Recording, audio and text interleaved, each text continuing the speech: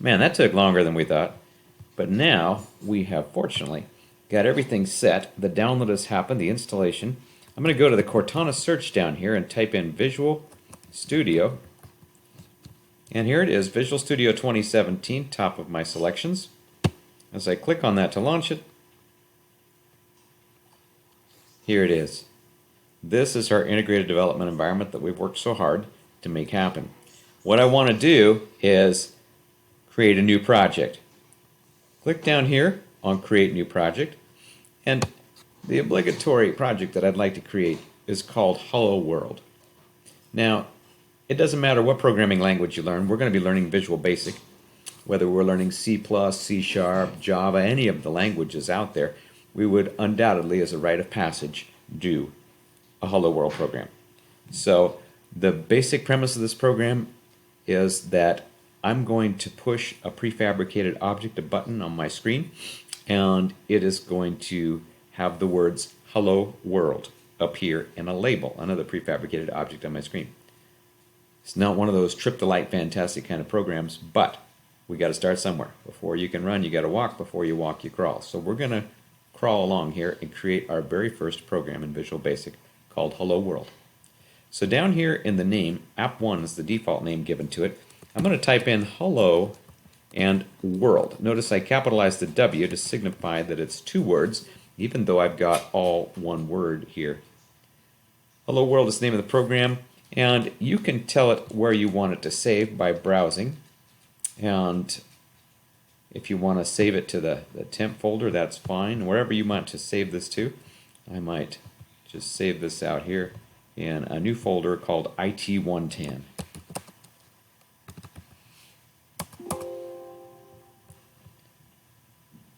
There it is. Notice I've also got the data files from our textbook out there in this folder. So I'm going to select that folder. That's where my project's going to go, to the CTEMP 110 folder. Now, notice that I'm in Visual C# over here. I don't want to be in Visual C#. I want to be in Visual Basic. So select Visual Basic. This is a Visual Basic program. So over here in the install, choose Visual Basic. And then you want this to be a Windows Forms app, the .NET framework. Really important. I get students and they can't figure out why their programs are broken or they're not working like they should be. It's because they tried Visual C# instead of Visual Basic. They don't look anything like the ones that you'll see in the textbook. So Windows Forms app, Visual Basic, and then say OK to that.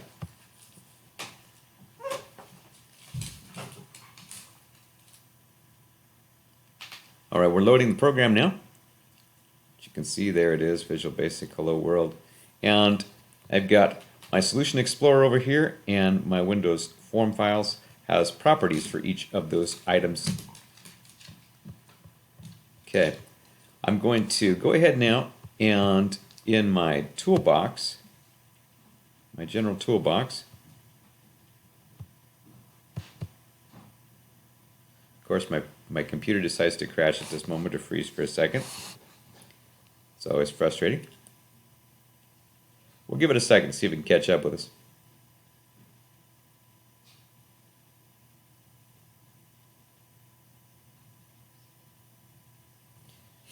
Okay, I'm going to have to stop recording. Oh, no, I don't have to stop recording. It just caught up with us. I threatened to do it, and my machine conformed. We'll go to the toolbox over here on the left side, and I'm going to go to Common Controls. And I wanted to put what I said was a button out there so that when the user clicks that button, what displays in the label control are the words Hello World. So I'm going to put two controls out there. I've got a button and I've got a label. And think about Visual Basic. In other languages, you have to code these buttons and you have to code these text boxes. In Visual Basic, think of it as kind of fast food programming. We have these prefabricated objects already available to us. They've already been created. We don't have to code them. We just have to worry about the meat and potatoes coding to get the actual action to happen. I'm going to drop a label out here by double-clicking label. If I click out here now, you can see where I've got a label out there in the form. I can grab it and move it around. And then I go back to the toolbox, and I'm going to put a button out there. I double-click the button, and there's a button out there. The button will trigger the processing. We're going to use labels to output text, to provide instruction. We're going to use buttons to trigger processing. And then we'll have another control we use primarily called the text box, and that's for inputting information. Okay, I'm going to go ahead and change the properties on this form.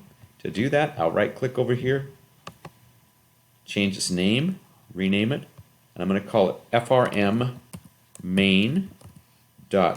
Make sure you keep the .vb in there or it will break your program. Then I'll depress the enter key when my cursor is to the right of the beep. And it says you're renaming it. Was that okay? And yes, it is.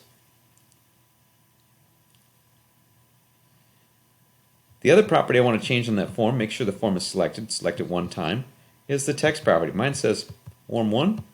I'm going to put up here first program by Steph. I always give myself a little self-promotion up there because I want Redmond and Microsoft to know this program was created by Steph. They're only 2.5 hours away. Next thing I'm going to go down here and click on is label. Label 1. I'm going to change its name. Over here you can alphabetize them or categorize them. And if I alphabetize them, I'll go up here to name at the top. And I'm going to call this one LBL output.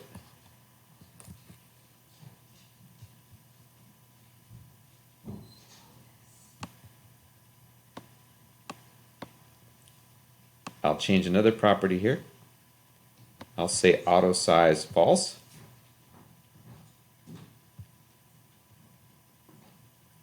I'm going to say border style fixed single.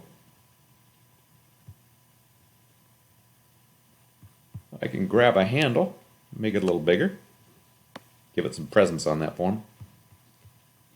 And the last thing I'm going to do to modify that default label is to remove the text property. Right now it says label 1. Well, I want it to be empty because you remember when I click this button here, I want the words hello world to be visible. So now I've taken care of my form object, my foundation object, taken care of my label, LBL output. You can see that name over here in the properties window. And I'm going to, last but not least, take care of this button. The button's text will say something like ampersand get message. The ampersand that I just put in there gives me keyboard functionality. You'll see, and we'll read about this in our textbook, that it puts an underscore under the first letter. So now, if I grab this and make it a little bigger, you can see there's an underscore under the G. The other thing I need to do is to name this button. Right now it's got the default name button 1. I'm going to be very critical about your naming conventions. Make sure you follow the 3-letter prefixes that Microsoft has dictated. And this one's going to be CMD as in command button. And I'm going to call it message, CMD message. You name them whatever you want to name them, but as long as they're descriptive and meaningful to you. There's my program. I'm going to save my changes here. And I'm going to double-click Get Message. By double-clicking that button, it opens up the skeletal code window. You can see that it put code in there. We didn't write this code, it put it in there. Just like the prefabricated objects, there's some prefabricated code that comes along with this integrated development environment. It's a real time saver for us. All we have to do is tell this program exactly what we want the computer to do for us. So using some Visual Basic Language, I'm going to say LBL, and you can see LBL output is the label there. I can tab, and not just the label, but the text property of the label, .text, and I'm going to assign to that the literal string, in quotation marks, hello, space, world, exclamation mark, exclamation mark. What I want to happen when this command message click event occurs is for this text right here, hello world, in the quotation marks, literal string, I want that to be assigned, and this is the equals sign, is actually the assignment operator, to the text property of the label called label output. Now, I'm going to save this and I'm going to test it. So save that, and of course, Control plus Shift plus S is one way to do it. If you're a keyboard kind of person, you like to mouse around, you can click on the multiple diskette icon at the top, and then the F5 function key will run this program.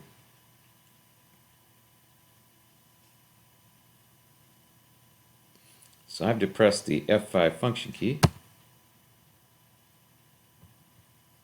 Also, there's a start button up here. You can click on that. And the build has started. What's going to happen is that form will appear, as you can see, and you and I know what we're supposed to do. When we click on this Get Message button right here, in this label, the words Hello World ! Should appear. Let's see. The proof is in the pudding. It did it. Success. We can pat ourselves on the back there. If you didn't get that, let us know on the discussion forum. Be happy to help. Another nice thing about being able to access the instructor in Zoom is that I can actually remote into your computer and look at your code, look at your program, and see exactly why things aren't working. So that's one of the reasons I like to, if we need to, make appointments and troubleshoot your projects. So hopefully that helped. I look forward to us creating many more and exciting programs through the quarter.